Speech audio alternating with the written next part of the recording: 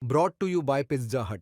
Pizza Hut. Upgrade any pizza with ultimate cheese crust at just rupees 75. Visit Pizza Hut store or order online.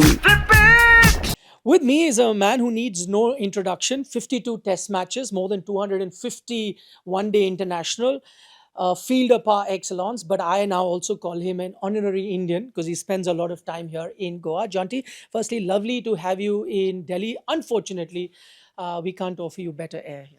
That's fine. I don't require a great deal. I'm a pretty simple guy. We do love living in Goa, and occasionally I'll have to pop into Delhi. So it's about balance, and I'm very grateful that the majority of my time in India is spent in Goa and not in Delhi. Okay. Tell me honestly, as a sports person, and you're someone who teaches kids as well, uh, what would be a young sportsman in Delhi be thinking at the moment? Can he even be playing sport at this? What would you advise a young kid who wants to play a sport here? Well, you'd almost have to be an indoor player. So badminton, you'd be fine. Chess, you'd be fine. But getting outside, I think a lot of the time people are being advised to not send their children out to play. And the reason we've gone to go is that we have a similar scenario in Cape Town where we have the ocean in front of us, we have a mountain behind us, and our instruction to the kids are just don't come inside. Be outside and play. So I think it's quite difficult to again balance it up because obviously there's facilities here, there's great academies, so there's an option or there's a availability of good coaching in Delhi because of the structure. It's been here for a long time. But then you balance it up with, is the lifestyle and from the air quality, is it good enough for young players? And I would say probably no. So difficult choice if you're part of a family that the mum and dad are working in Delhi or based in Delhi. It's not that easy just to uproot yourself, but sometimes life requires sacrifices to be successful. Tell me about it. Stay here. Okay, I'm going to get to the cricket. Some lovely cricket on display, India, South Africa, that we witnessed in that test match. What do you make of South Africa's performance? Well, I think they've, I'd 20 years ago when I was still playing Test cricket, and if we would travel to India, we would arrive with, our nerves already shot and we're wondering about the ball's going to spin past the bat and not being comfortable, but also not believing we could take 20 wickets. And I think that's the key now with the South African team. Sure, they struggled with the bat, scoring 150s and less than that, but in the end, having 30 more runs than India on a turning surface, it also just goes to show what the quality of our spin bowling and a big shift in the mindset. So arriving here, believing that you can compete with India, a great side in their home conditions, I think says a lot about Temba Bavuma's captaincy. It's very much a quiet captaincy. It's not a team that's buzzing with superstars. They're just guys who get out and do the job. And on difficult surfaces, it's often those teams that pull together are the ones that come out victorious. There's a big debate in India, and we oftentimes debate about, on those turning tracks like the one we saw in Eden Gardens, how would a Sachin Tendulkar or Mohammad Azharuddin perform? You're lucky enough to have played alongside them. Do you think the pitch was so bad that probably even a Sachin or a Dravid or a Azhar would struggle? Or you think that the current generation, because of a lot of T20 cricket, sometimes found wanting in their technique? Well, it's too easy to go back when we used to play cricket, those guys.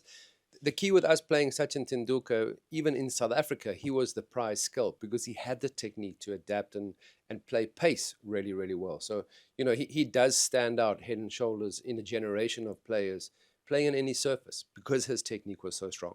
So there's a lot to be said for the correct technique because to play Test cricket, you have to survive. It's not just about scoring runs or the ball hitting the bat and scoring runs easily. And that's why it's called a test. It's a real attrition. It's a real test of not only your cricketing skills, but your mental ability too. And guys like Sachin would, they had the technique that would allow them to adapt to any of the conditions. So easy for me to say, yeah, they would have done really well. But again, he was a generational player. Not that easy. Not everyone was as good as that. Last couple of questions. Now, I called you an honorary Indian, but at heart, there you're a South African. Looking at it from the outside, you're happy India is serving up these pitches, or are you worried about the fact that if they come up with a good, true batting surface, who knows, they might have the edge? How do you see it from as a South African with these kind of pitches that are available? Well, Test cricket generally has on day one, if you're looking for a test to go through to day 4 and day 5, generally day 1 has a little bit of grass on it and a little bit of seam movement. And India has the pace attack, so that's always surprising for me. We used to, home conditions in South Africa, green wickets. The Indian guys would struggle on such a green top.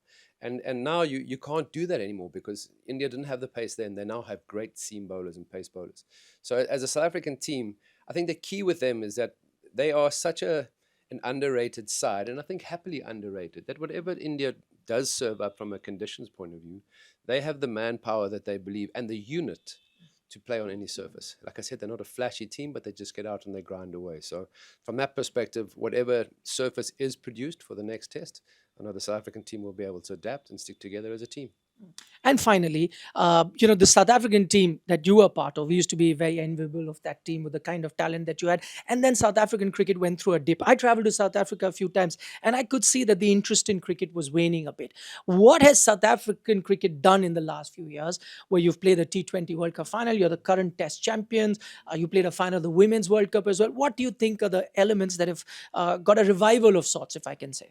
Well, the biggest difficulty we have as cricketers in South Africa is the success of the rugby team. You know, we have consecutive World Cup champions, the South African rugby team. They have such a dynamic and personable captain, Siya Kolisi, and there's a huge following for rugby. You know, in India, it's very much reversed. The majority of the following is around the cricket, and the other sports are the ones that are getting a little bits of, you know, viewership, a little bit of sponsorship. But in South Africa, the roles are reversed. So we're fighting, you know, not fighting, but we certainly are competing with support and eyeballs, because sport these days has become an 8 to 10 month sort of business, and players are playing all around the world. The national team is. So I think that getting to the final for the women in the World Cup, it's a great final for me. India playing against South Africa, you know, and it was, somebody had to win it, and I was in Goa at the time, so Team Blue was great to see them celebrating. But the South African, having won that World Test Championship is massive for us in South Africa. It just brought back a lot of belief, because, like you rightly said, I mean, we were sort of floundering at number 5 or number 6 on the rankings in T20, in 50 overs, and even in Test cricket. So the fact that we got into the final, a lot of the team was written off, and I think that's pretty much the South African spirit. When you're written off, that's when we're most dangerous. And I think that has picked up, again, a lot of support for cricket in South Africa, for both the men and the women. Well, thank you so much for taking our time and speaking to us. Thanks very much. Sure, Nikhil. Thank you. Sports तक पर आपको न सिर्फ खबरें मिलेंगी, बल्कि आपका opinion भी मैटर करता है। ये आप ही का मंच है। आइए बताइए भारतीय क्रिकेट टीम से आप क्या उम्मीद करते हैं। रहिए स्पोर्ट्स तक के साथ, सब्सक्राइब कीजिए स्पोर्ट्स तक को यूट्यूब और फेसबुक पर।